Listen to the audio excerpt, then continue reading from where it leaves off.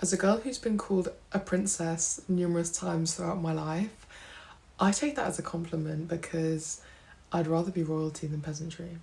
In all seriousness, guys, I had no idea about the difference and significance between masculine and feminine energy and the differences between them until I think it was a Shira 7 video. Shout out Shira, because life changing, honestly. And I suddenly realised when she was talking about the differences between masculine and feminine that I had been living, for the most part, in my masculine energy for pretty much my whole life. You know, I think being happily single for the most part also meant that I was used to taking control, doing things on my own, you know, even if it was subconsciously acting in my masculine because I was so independent. I'm a typical Taurus. I'm very independent, I'm stubborn and I'm driven. And in being those things, I didn't know how to be all those things without being masculine. So I hadn't allowed my femininity to shine through, which actually is a better way of getting those things. And ever since I've shifted my consciousness to a softer, more feminine energy, my life, and in particular my dating life, has changed significantly. So in this video, I'm going to discuss the emotional, behavioural and physiological ways in which you can tap into your feminine energy and maybe, like me, realise that you've been living in your masculine for far too long and how it can change your life to start embracing your feminine. So let's start with the physical characteristics.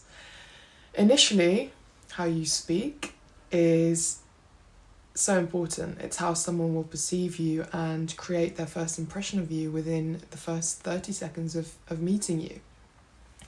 Language is so powerful, and you know, we instantly make assumptions based upon someone's vocabulary, someone's accent, or someone's tone of voice.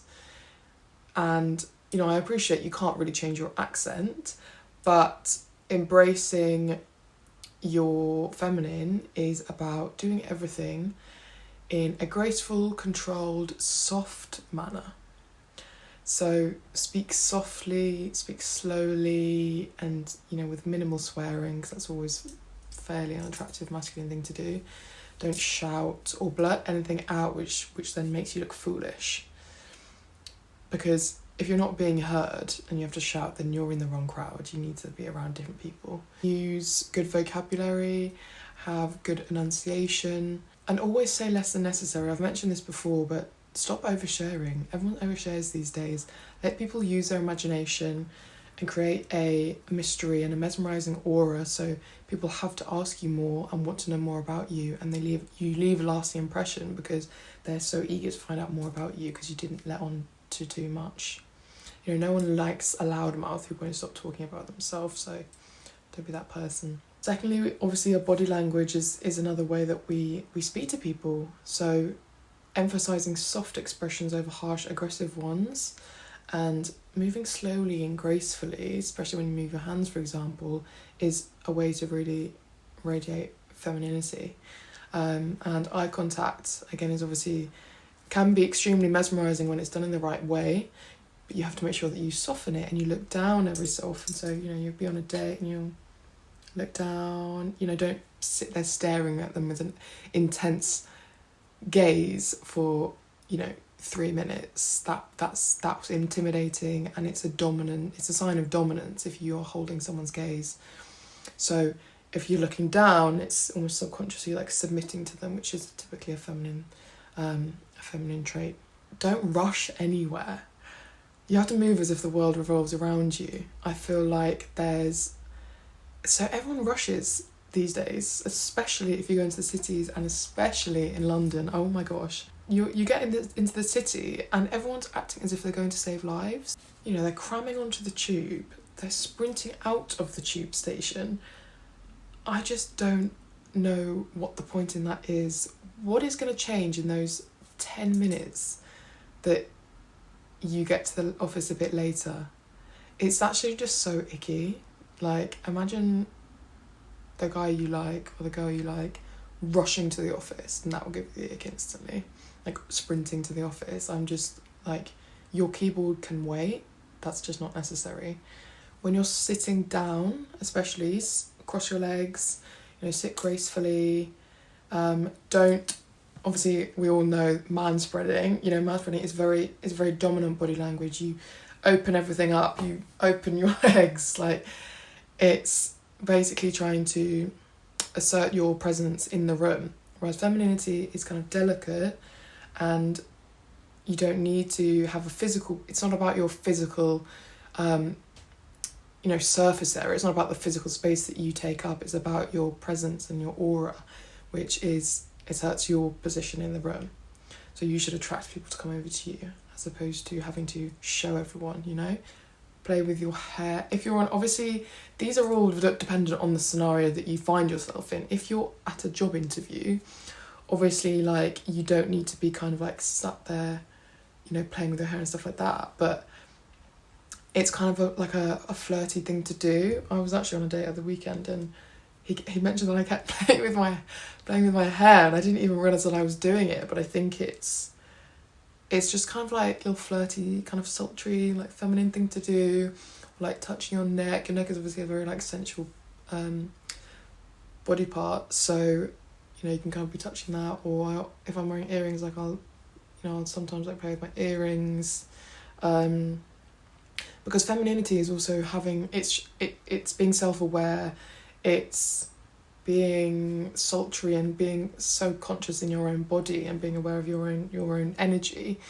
And in touching yourself, that sounds bad, but you know what I mean, in kind of being aware of yourself and touching yourself, it's kind of demonstrating that. You can also tilt your head to kind of seem more curious, and if you're interested in someone, in part of femininity is showing curiosity and empathy. So tilt your head if you want to seem more interested in someone, especially on a date. I think we all do that subconsciously though a lot of the time, to be fair. When it comes to your clothing and your appearance, this is obviously something which can have such a huge impact, which I've learnt. And we need to distinguish between femininity and feminine energy, which are two different categories. Femininity would typically describe dresses, skirts, kitten heels, all the stereotypical girly clothing.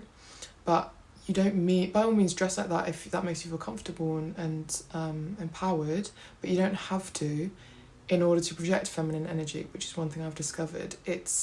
Feminine energy is about how you carry yourself in an aura. It's not about your clothing choices necessarily. To an extent, there are limits, but I come across girly girls wearing all pink everything, dresses and things like that, who are actually very masculine and swearing all the time, and the way that they behave is not very classy or feminine. The key is to dress to flatter your body type.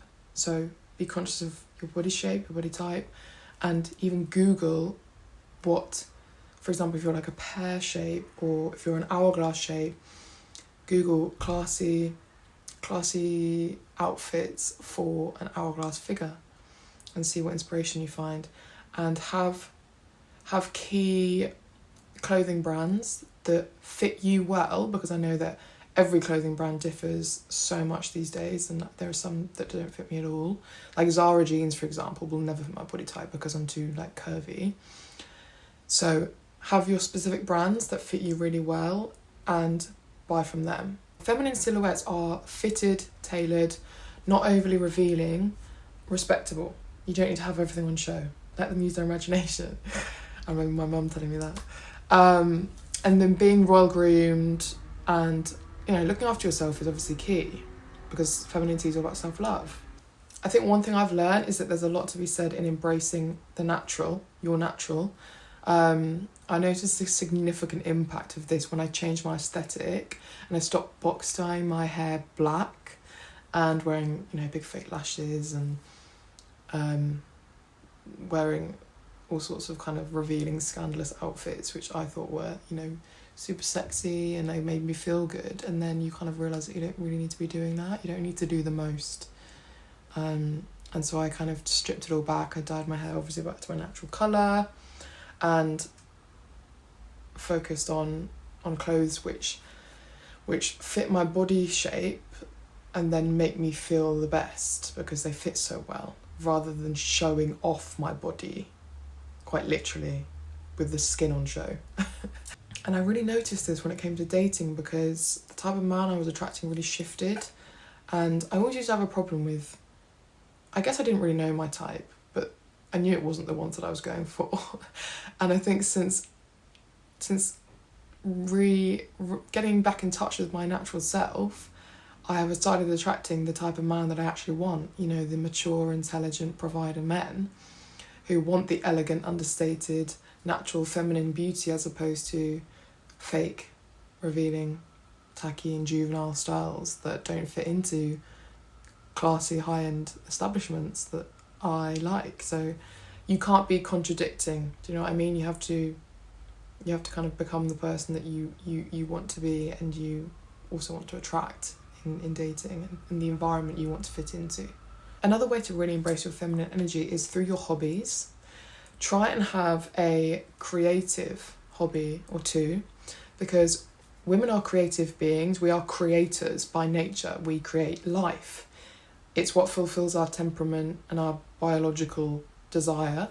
So whether it's just like self-care, skincare, or makeup, or cooking, or art, or decorating, or making videos, or even just a nice luxurious bath, you know, romanticize everything that you do and enjoy everything that you do, and take your time with everything that you do. Even if it's just going for a walk, put a nice gym outfit on, take a nice route in nature, and just get back in touch with yourself in nature, and do the things which make you happy, and do them for yourself, no one else. Do them by yourself. You don't need anyone else to do them with you. Okay, let's move on to behavioural characteristics and the kind of emotional side. So the key is, when trying to embrace your feminine energy, is knowing when to relinquish control and when to maintain control. This is the difference between masculine and feminine.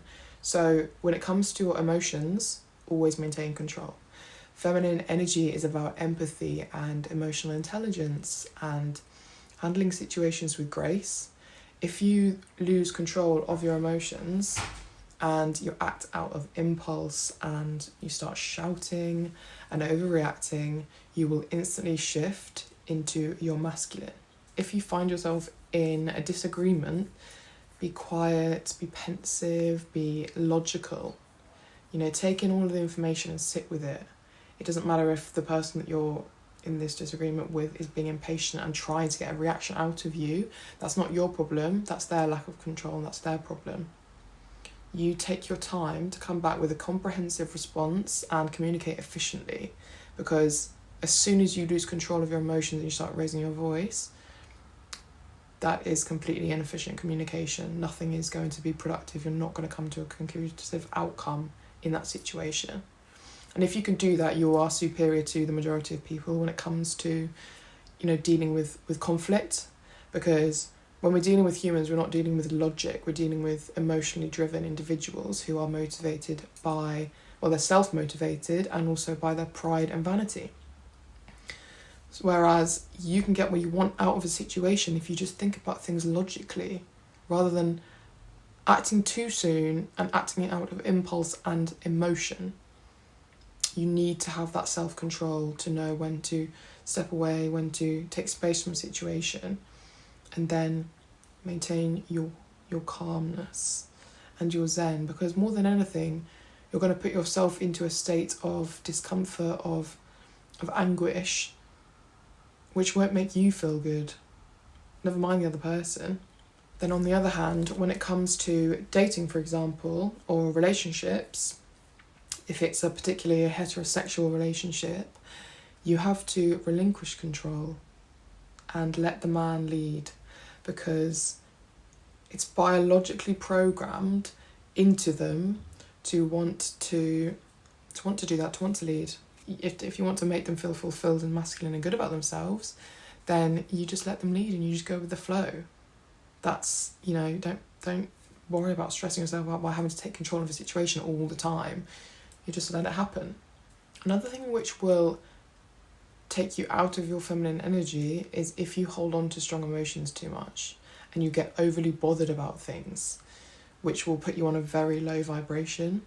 You know, for example, if you're jealous or you're bitter, or, you know, you hate this and you hate that, it's all negative and it leads to, self-resentment. And a lot of the time it will always occur because someone else has made you feel a way about yourself. She has this and she has that. Why are you paying more attention to her than you are to yourself? Who cares about them? Who cares about her? Just focus on yourself, because these emotions of jealousy and bitterness are so palpable. It's always so obvious. Like, how horrible can girls be to each other purely because you've made them feel insecure? You're just there being your confident, happy-go-lucky self, and if she's threatened by you, or she thinks that you're more attractive, or there's anything that you highlight within herself, you draw out her insecurities, it will be projected onto you and potentially other people around you. And there's nothing more unattractive than an insecure person. So it's about doing that inner work on yourself and leveling up to a point where you're so confident and secure in yourself that I don't care about anyone else. Like, I can appreciate beauty in anyone. It's not about competition. I don't know why girls in particular are constantly in competition with each other. If you know that you're the prize, why do you care about anyone else? You know what you've got to offer. You know that you're a 10 out of 10. So stop worrying about anyone else, because what's meant for you will find you. You're not in competition with other girls for a guy, because if he doesn't choose you, then he's not yours anyway. Setting boundaries is also extremely key when it comes to embracing your feminine energy, but also being respected as a woman. You have to be soft but hard. You can be feminine but also strong. You maintain your dignity and your pride and your self-respect, because how you respect yourself is how you teach others to respect you. And the masculine respects the feminine, who respects and values herself first. That's how you'll get the most beneficial treatment, because you've already set the bar and you've set the standard of acceptance as only the best will do. So whoever doesn't live to that will either remove themselves from your life, or you can remove them. You can remove anyone who doesn't live up to those standards, or who disrespects you and your boundaries after you've made them perfectly clear. You don't need to share your energy with everyone. In fact, that's actually a quick way to drain your feminine energy, because if your soul isn't being equally nourished and fed by the people around you in one way or another, or invested in, or you won't have the energy to be consciously feminine. You won't be able to, because you'll be so drained. So next, we have to listen. We listen and we don't judge. So you've got to be curious, or at least pretend to be interested or act interested, because feminine energy is all about receiving, and this includes listening, or the act of listening, as a form of receiving.